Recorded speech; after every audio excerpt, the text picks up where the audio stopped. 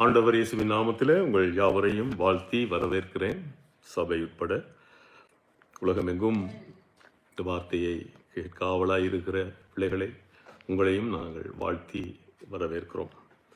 இன்றைக்கு ஒரு கேள்வியோடு இந்த செய்திக்குள்ளே நான் கடந்து போக விரும்புகிறேன். கிறிஸ்துவை ஏற்றுக்கொண்ட பிள்ளைகள் அசுத்த ஆவியினாலே அவர்கள் பாதிக்கப்பட முடியுமா? Can the Christians be evil spirits possessed? இது ஒரு உலகமெங்கும் கேட்கிற ஒரு கேள்வி. கர்த்தருடைய பிள்ளைகள் அசுத்த ஆவியினாலே அவர்கள் பாதிக்கப்பட முடியுமா? பிசாசு அவர்களை மேற்கொள்ள முடியுமா? என்னை இந்த கேள்விக்கு பதில் சொல்லும்படி கேட்டால் எஸ் அண்ட் நோ ரெண்டும் அதற்கு பதிலாக இருக்கிறது. என்றால் இந்த செய்தியை நீங்கள் கேட்கும்போது தான் இதனுடைய உள்ளே இருக்கிற காரியங்கள் என்னங்கிறதை நாம் விளங்கிக் கொள்ள முடியும். 2 கொரிந்தியர் புத்தகம் 6ஆம் அதிகாரத்தில் நாங்கள் பார்க்கிறோம். 15வது 16வது வசனம் சொல்கிறது, கிறிஸ்துவுக்கும் பேலியாளுக்கும் ஈசைவேது, அவிசுவாசியுடனே விசுவாசிக்கு பங்கேது. தேவனுடைய ஆலயத்துக்கும் விக்கிரகங்களுக்கும் சம்பந்தம் ஏது? நான் அவர்களுக்குள்ளே வாசம் பண்ணி அவர்களுக்குள்ளே உலாவி அவர்கள் தேவனாய் இருப்பேன், அவர்கள் என் ஜனங்களாய் இருப்பார்கள் என்று தேவன் சொன்னபடி நீங்கள் ஜீவனுள்ள தேவனுடைய ஆலயமாய் இருக்கிறீர்களே. இந்த வசனத்தின் படி நாங்கள் பார்க்கும்போது அசுத்தாவி கிட்ட கூட வர முடியாது, அசுத்தாவி ஒரு மனதினை தொடக்கூட முடியாது. ஆனால் கேள்வி என்னென்று சொன்னால், இந்த அசுத்த ஆவிகள் கிறிஸ்துவுக்குள் வாழ்கிறவர்களை அது பாதிக்க செய்ய முடியுமா, அவர்களுக்குள்ளே வர முடியுமா என்று சொல்லி பார்த்தால் வேதத்தில் இருக்கிற சில வசனங்களை நாம் பார்க்கும்போது அதிலிருந்து நாம் புரிந்து கொள்ளக்கூடியதாக இருக்கிறது. நீங்கள் இந்த 16ஆம் அதிகாரம் மத்தேயு 23வது வசனத்தை நீங்கள் எடுத்து பார்த்தீங்கன்னு சொன்னால், அது முதல் இயேசு தாம் எருசலேமுக்கு போய் மூப்பராலும் பிரதான ஆசிரியராலும் வேத பாரகராலும் பல பாடுகள் பட்டு கொலையுண்டு 3ஆம் நாளிலே எழுந்திருக்க வேண்டும் என்பதை தம்முடைய சீசர்களுக்கு சொல்ல தொடங்கினார். 22 கேட்கிறது, அப்பொழுது பேதுரு அவரை தனியே அழைத்து கொண்டு போய், ஆண்டவரே, இது உமக்கு நேரிடக்கூடாதே, இது உமக்கு சம்பவிப்பதில்லை என்று அவரை கடிந்து கொள்ள தொடங்கினார். 23 தான் நீங்க கவனிங்கள். அவரோ திரும்பி பேதுருவை பார்த்து, எனக்கு பின்னாக போ சாத்தானே, நீ எனக்கு இடரலாயிருக்கிறாய், தேவனுக்கு ஏற்றவைகளை சிந்தியாமல் மனுஷருக்கு ஏற்றவைகளை சிந்திக்கிறாய் என்றார். எனக்கு பின்னாக போ சாத்தானேன்னு சொல்றாரு. அங்க பேதுரு சாத்தான் அல்ல, பேதுருக்குள் இருந்தது குறித்து தான் அவர் சொல்றார். இந்த காரியம் நமக்கு ஒரு மிக முக்கியமான ஒரு உதாரணமாக நாம் பார்க்கக்கூடியதாக இருக்கிறது. கர்த்தருடைய பிள்ளைகளே, இன்றைக்கு இந்த சம்பவம் நடந்தது தேவன் மகிமைப்படுவதற்கு முன்னதாக. பேதுரு பெந்தைக்கோஸ்து நாளிலே அபிஷேகம் பெறும் அந்த நாள் இன்னும் வரவில்லை, அதுக்கு முன்னதாக நடந்த ஒரு சம்பவம். அதை நாம் இந்த வேளையிலே நாம் நினைவில் கொள்ள வேண்டும். ஆனால் பவுல் எழுதும்போது சொல்லுகிறார், 2 கொரிந்தியர் 11ஆம் அதிகாரம் 2வது 3வது வசனம், நான் உங்களை கற்புள்ள கன்னிகையாக கிறிஸ்து எனும் ஒரே புருஷனுக்கு ஒப்பு கொடுக்க நியமித்தபடியால் உங்களுக்காக தேவ வைராக்கியம் கொண்டிருக்கிறேன். ஆகிலும் சர்ப்பமானது தன்னுடைய தந்திரத்தினாலே ஏவாளை வஞ்சித்தது போல உங்கள் மனதும் கிறிஸ்துவை பற்றிய உண்மை நின்றும் விலகும்படி கெடுக்கப்படுமோ என்று பயந்திருக்கிறேன் சொல்றார். பயந்திருக்கிறேன் என்று சொல்லுகிறார். இந்த இடத்துல நாங்க பார்க்கிறோம், கர்த்தருடைய பிள்ளைகளே, இதே அதிகாரத்திலே 14வது வசனம் தெளிவாக சொல்லுகிறது. 2 கொரிந்தியர் 11:14, அது ஆச்சரியம் அல்ல, சாத்தானும் ஒளியின் தூதனுடைய வேஷத்தை தரித்துக் கொள்வானே. சாத்தானும் ஒளியின் தூதனுடைய வேஷத்தை அவன் தரித்துக் கொள்வானே என்று சொல்லி அவன் சொல்லுகிறான். அனுபவ ரீதியா நாம் பார்த்தாலும், வேத வசன அடிப்படையில் பார்த்தாலும், இன்றைக்கு ஏராளமான பிள்ளைகள் இன்றைக்கு இப்படிப்பட்ட பிசாசுடைய அடிமைத்தனத்துக்குள்ளாகிறதை நாங்கள் பார்க்கிறோம். நீங்கள் தெளிவாக எடுத்து நீங்க பார்த்தீங்கன்னு சொன்னா, சாத்தான் நம்முடைய மனம், உணர்ச்சி இவைகளை சுகமாக தொடுவதற்கு நாம் தான் காரணமாக இருக்க முடியுமே ஒழிய தேவன் காரணம் அல்ல. அதனாலதான் ஆண்டவர் அடிக்கடி சொல்றாரு, நம்முடைய மனம் புதிதாக வேண்டும். ரோமர் 12 சொல்றாரு, இப்பிரபஞ்சத்துக்கு ஒத்த வேஷம் தெரியாமல் உங்கள் மனம் புதிதாகிறதுனாலே என்று சொல்லி அங்கே சொல்கிறார். உங்கள் மனம் புதிதாகிறதுனாலே நீங்கள் மறுரூபமாகுங்கள் என்று சொல்லி சொல்றார். அதனால தான் இந்த பேதுருடைய வாழ்க்கையிலே நாங்க பார்க்கிறோம், பேதுரு இந்த காரியத்துக்கு அவன் அங்கே அடிமையானதை அங்கே ஆண்டவர் சுட்டி காட்டார். அவன் சொன்ன வார்த்தை தேவனை எந்த அளவுக்கு அவர் அந்த பதிலை சொல்ல வைத்தாருங்கிறதை நாங்கள் பார்க்கிறோம். ஆனால் அதே பேதுரு பெந்தேகோஸ்தே அபிஷேகம் பெற்ற பின்பு, அவர் ஊழிய பாதையில கடந்து போன பின்பு, அங்கே 1 பேதுரு 5ஆம் அதிகாரம் 8வது வசனத்தில் சொல்றார், தெளிந்த புத்தியுள்ளவர்களாயிருங்கள், விழித்திருங்கள், ஏனெனில் பிசாசானவன் கெச்சிக்கிற சிங்கம் போல வகை தேடி உங்களை என்ன செய்யறான், வகை தேடி சுட்டி திரிகிறானாம் வஞ்சிக்கும்படியாக. எவனை கெடுக்கலாமோ என்று அவன் கெச்சிக்கிற சிங்கம் போல அவன் வகை தேடி சுற்றி திரிகிறான். இந்த உலகத்திலே ஒவ்வொரு நாளும் அவனுடைய கிரியைகளை நாங்கள் பார்க்கிறோம். அவன் எப்படியாக தாக்குறான் என்று சொல்லி. என்னுடைய அவனுடைய கூட்டத்தை குறித்து அவனுக்கு பிரச்சனை இல்லை. ஆனா இயேசுவை ஏற்றுக்கொண்டவர்களை குறித்து தான் அவனுக்கு இங்கே பாரதூரமான ஒரு பிரச்சனை இருக்கிறது. அதனாலதான் அவன் யாரை விழுங்கலாம், எவனை அவன் வீழ்த்தலாம் என்று சொல்லி ஒவ்வொரு நாளும் அவன் என்ன செய்கிறான், அலர்ட்டா இருக்கிறான், விழிப்பா இருக்கிறான். அதனால நாங்கள் தெளிந்த புத்தியுள்ளாக இருக்க வேண்டுமா, விழித்திருக்க வேண்டுமா? அதில் கத்திரவர்களே, இன்றைக்கு நாம் அநேக இடங்களிலே நாம் பார்க்கிறோம். இதை நான் கடந்த முறை கூட சொன்னேன், அது பதிவாகவில்லை இந்த யூடியூப்ல. இலங்கை தேசத்துல நான் பல இடங்களிலே இதை நான் பார்த்திருக்கிறேன். சபைகளுக்குள்ளே போகும்போது சபைகளுக்குள்ளே இன்றைக்கு வருஷ கணக்காக 10 வருஷம் 20 வருஷம் வந்து அங்கே வசனத்தை கேட்கிற தேவ பிள்ளைகள் அசுத்த ஆவியினாலே பீதிக்கப்பட்டிருக்கிறதை நான் பார்த்தேன். ஜெபிக்கும் போது பிசாசுகள் ஓடுகிறதை நான் பார்த்தேன். அந்த சபை பாஸ்டர்கள், போதகர்கள் அதை கண்டு ஆச்சரியப்பட்டதை நான் பார்த்தேன். இதே போலதான் நான் இத்தாலி தேசத்துக்கு ஊழியத்துக்கு போயிருக்கும் போது கூட ஒரு சம்பவத்தை ஆரம்பத்தில் இந்த ஊழியத்தினுடைய ஆரம்ப அந்த காலங்களிலே நான் பார்த்தேன். அவர்கள் மிக பக்தியுள்ள ஒரு குடும்பம். அந்த குடும்பத்துக்குள்ளே ஒரு வீட்டு கூட்டம் நடக்கிறது. அதற்கு என்னை அழைத்திருந்தார்கள். அந்த வீட்டு கூட்டத்தை நடத்தின அந்த வீட்டுக்காரர் மிக பக்தியாக இருந்தவர். அவர் ஒரு ரட்சிக்கப்பட்ட கிறிஸ்தவரா ரட்சிக்கப்படாதவரான்னு என்னால் சொல்ல முடியாது. அவர் ஒரு பாரம்பரிய கிறிஸ்தவ குடும்பத்திலிருந்து வந்தவர். ஆனால் அங்கே அவர்களுக்கு வேதத்தை படிப்பித்து ஜெபிக்க போற நேரத்திலே முதலாவது அந்த மனுஷனுக்கு தான் ஜெபித்தது.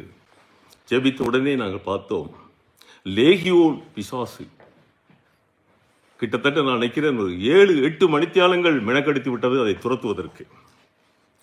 அந்த வீட்டுக்காரர் ஆச்சரியப்படுகிறார்கள், அந்த பிள்ளைகள் ஆச்சரியப்படுகிறார்கள். அப்படி பிள்ளைகள் சொல்கிறார்கள், என்ன பார்த்துட்டு இந்த போதகர் வந்தபடியால் தான் எங்களோட அப்பா இப்படி ஆகிட்டார் என்று சொல்லி மேல குற்றம் சுமத்தப்படுகிறது. தேவனுடைய பிள்ளைகளே, நாங்கள் இந்த நாட்களிலே மிக தெளிவாக நாங்கள் விளங்கிக் கொள்ள வேண்டும். பரிசுத்த ஆவியானவராலே ஒரு கிறிஸ்தவன் எப்பொழுதும் நிரம்பி இருக்க பழக வேண்டும். இரவு பகல் அவன் நிரம்பி இருக்க பழக வேண்டும். அது மட்டுமல்ல, பரிசுத்த ஆவியை பெற்ற மனிதன் இரவு பகல் கர்த்தருடைய வசனத்திலும் வாஞ்சியா இருப்பான். அதைதான் தாவீது சொல்கிறான், இரவும் பகலும் அவருடைய வார்த்தையிலே சத்தியத்திலே தியானமாய் இருக்கிற மனுஷன் பாக்கியவான் என்று சொல்ல. அதனால்தான் இன்றைக்கு நாங்கள் சாதாரணமாக சாத்தானுடைய காரியத்தை நினைக்க கூடாது. ஆனால் எங்களுக்குள் இருக்கிறவர் பெரியவர் என்பது எங்களுக்கு நன்றாக தெரியும். ஆனால் அவரோடு நாம் வைத்திருக்கிற உறவு, அவரோடு நாம் எப்படி நாம் நெருக்கமாக இருக்கிறோம் என்பது மிக முக்கியம். ஆண்டவர் இயேசு கிறிஸ்து அவர் வனாந்தரத்திலே நாங்கள் பார்க்கிறோம், பிசாசினாலே சோதிக்கப்பட்ட அந்த நாட்களிலே நாங்கள் பார்க்கிறோம், அவர் பரிசுத்த ஆவியினாலே நிரம்பி அங்கே சாத்தான் ஒரு சோதனை உண்டு அங்கே ஏற்படுகிறது. அந்த சோதனைக்கு பின்புதான் அவர் போய் அங்கே ஊழியத்தை செய்கிறதை நாங்கள் பார்க்கிறோம். அதை நீங்கள் லூக்கா 4ஆம் அதிகாரத்தில் எடுத்து படிச்சு பார்த்தீங்கன்னு சொன்னா, லூக்கா 4ஆம் அதிகாரத்திலே 14வது வசனம் 15வது வசனம், பின்பு இயேசு ஆவியானவருடைய பலத்தினாலே கலிலேயாவுக்கு திரும்பி போனார். அவருடைய கீர்த்தி சுற்றிலும் இருக்கிற தேசமெங்கும் பரம்பிற்று.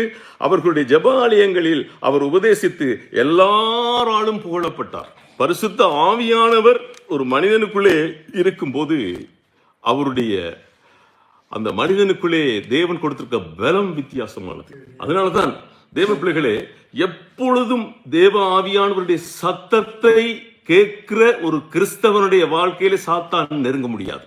ஆனால் இன்றைக்கு உங்களுடைய உள்ளான வாழ்க்கை உங்கள் ஒவ்வொருவருக்கும் தான் தெரியும். இப்ப சபைக்கு வருகிற பிள்ளைகள் வருஷ கணக்காக வருகிறார்கள். நான் மிகவும் வேதனையோடு இதை சொல்லுகிறேன். 20 வருஷம் 30 வருஷம் வருகிறவர்களுக்குள்ளும் இந்த பிரச்சனை இருக்கிறது. இந்த ஆவிகள் எப்படி அந்த மக்களுக்குள்ளே போகிறது என்று சொன்னால், அவர்கள் வேதத்தை அவர்கள் படிப்பதை அப்படியே இடைவெளியை விட்டு விடுகிறவர்களும் இருக்கிறார்கள். பரிசுத்த ஆவியானவர்களே நிரம்பி ஜபிக்கிற அந்த ஜெபம் தினந்தோறும் அவருடைய வாழ்க்கையிலே ஒரு நிலையாக நிரந்தரமாக இல்லாமல் அப்படியே வழுவி போய்விடுகிறது. மெல்ல மெல்ல மெல்ல மெல்ல அவர்களுக்குள்ளே சோர்வு வருகிறது. மெல்ல மெல்ல மெல்ல பலவீனப்பட்டு போகிறார்கள். மெல்ல மெல்ல மெல்ல அவர்களுடைய சிந்தையிலே இந்த உலகத்தை குறித்த காரியங்கள், அவருடைய உணர்ச்சி எல்லாம் பாதிக்கப்படுகிறதை நாங்கள் பார்க்கிறோம். இப்படியே வழி விலகி போகிறதை நாங்கள் பார்க்கிறோம். ஆனால் ஞாயிற்றுக்கிழமை ஓய்வு நாள அவர்கள் வருவார்கள், ஆசரிப்பார்கள், எல்லாம் நடக்கும். ஆனால் வேதத்தை, வசனத்திலே நாம் ஆர்வமாக இருக்கணும். இந்த வசனம் நம்முடைய வாழ்க்கையிலே உணர்வை கொண்டு வர வேண்டும். இந்த வசனத்தை படிக்க வேண்டும் என்ற ஒரு விருப்பத்தை கொண்டு வர வேண்டும். அதுதான் நாம் இந்த நாளிலே கற்றுக்கொள்ள வேண்டிய மிக முக்கியமான காரியம். இந்த லூக்கா 4ஆம் அதிகாரத்தில் பாருங்கள், ஆண்டவர் 18வது வசனத்தில் சொல்றாரு, கர்த்தருடைய ஆவியானவர் என் மேல் இருக்கிறார், தரித்திரருக்கு சுவிசேஷத்தை பிரசங்கிக்கும்படி என்னை அபிஷேகம் பண்ணினார், இருதயம் நறுங்குண்டவர்களை குணமாக்கவும், சிறைப்பட்டவர்களுக்கு விடுதலையையும், குருடருக்கு பார்வையையும் பிரசித்தப்படுத்தவும், நொறுங்குண்டவர்களை விடுதலையாக்கவும், கர்த்தருடைய அனுக்கிரக வருஷத்தை பிரசித்தப்படுத்தவும் என்னை அனுப்பினார் என்று எழுதியிருக்கிற இடத்தை அவர் கண்டு வாசித்து புஸ்தகத்தை சுருட்டி பணிவிடைக்காரத்தில் கொடுத்து உட்கார்ந்தார் என்று சொல்லி நாங்க பார்க்கிறோம். அப்ப இன்னைக்கு ஆவியானவர் மனிதர்களை கொடுக்கப்படுறது என்னத்துக்கு பாருங்க, விசேஷமாக என்னத்துக்கு?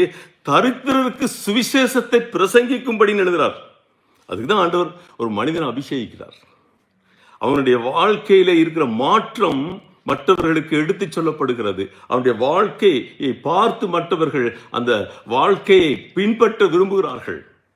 ஒரு மனிதனுடைய வாழ்க்கையிலே பரிசுத்த ஆவியானவர் வரும்போது அவன் பலனடைந்து எருசலேமிலும் யூதேயாவிலும் சமாரியாவிலும் பூமியின் கடைசி பரியந்தமும் எனக்கு சாட்சிகளாயிருப்பார்கள்.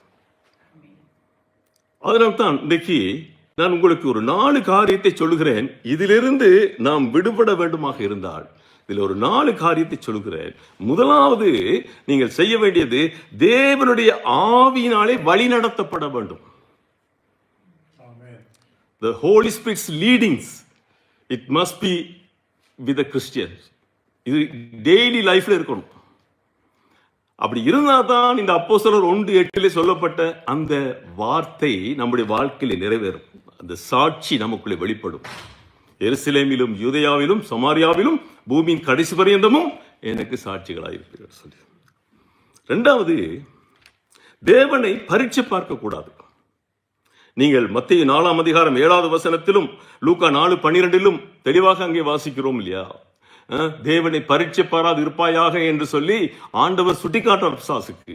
ஏன்னா அவன் அந்த உயர்ந்த உப்பரிகையின் மேலே போய் இருந்து தாழ குதியும், அப்பொழுது அவருடைய தப்புவிப்பார், தாங்குவார் என்று சொல்றான் பரீட்சை பார்க்க சொல்லி. உபாகமம் 8 நாங்கள் பார்க்கிறோம் இல்லையா? பழைய ஏற்பாட்டில் ஆண்டவரை பரீட்சை பார்க்க கூடாது. ஹல்லேலூயா. அவர் ஒரு நாளும் பரீட்சை பார்க்க கூடாது. அப்படின்னா நம்முடைய விசுவாசம் என்ன? நம்முடைய விசுவாசம் என்ன? யோசிச்சு பாருங்க. ஹல்லேலூயா. நம்முடைய விசுவாசம் என்ன? போய் ஜெபிச்சு பார்ப்போம், சுகமாகுதா? இப்படி வார்த்தையே வரக்கூடாது. இயேசுவின் நாமத்திலே ஜெபிச்சா அது என்ன வியாதியா இருந்தாலும் சுகமாகிவிடும். எப்படிப்பட்ட மனிதனும் விடுதலையாவான். தேவனிடத்திலே வந்து பிசாசு பிடித்த அத்தனை பேரும் பிசாசிலிருந்து விடுதலையானார்கள்.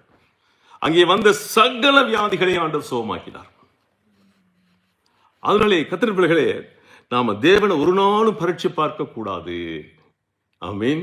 பரீட்சை பார்க்க கூடாது. சில நேரங்களில் நல்ல டாக்டர் மனதில் வச்சுக்கொண்டு சபையிலேயே ஒரு காப்பி ஜெபிச்சு பார்ப்போம் அப்படி சொன்னீங்கன்னா அந்த ஜெபத்துக்கு பதில் நிச்சயமா உங்களுக்கு கிடைக்காது. நீங்க சொல்லிட வரணும், நான் போகிறேன், வரும்போது சுகமாக வருவேன். ஹல்லேலூயா. நான் போகிறேன், வரும்போது சுகமாக வருவேன். அந்த எண்ணத்தோடு நீங்க வந்தீங்கன்னா நிச்சயமா சுகமாகும். நீங்க எத்தனை பேர் சபையில வியாதியோடு நாம இருக்க நாங்க பார்க்கிறோம்.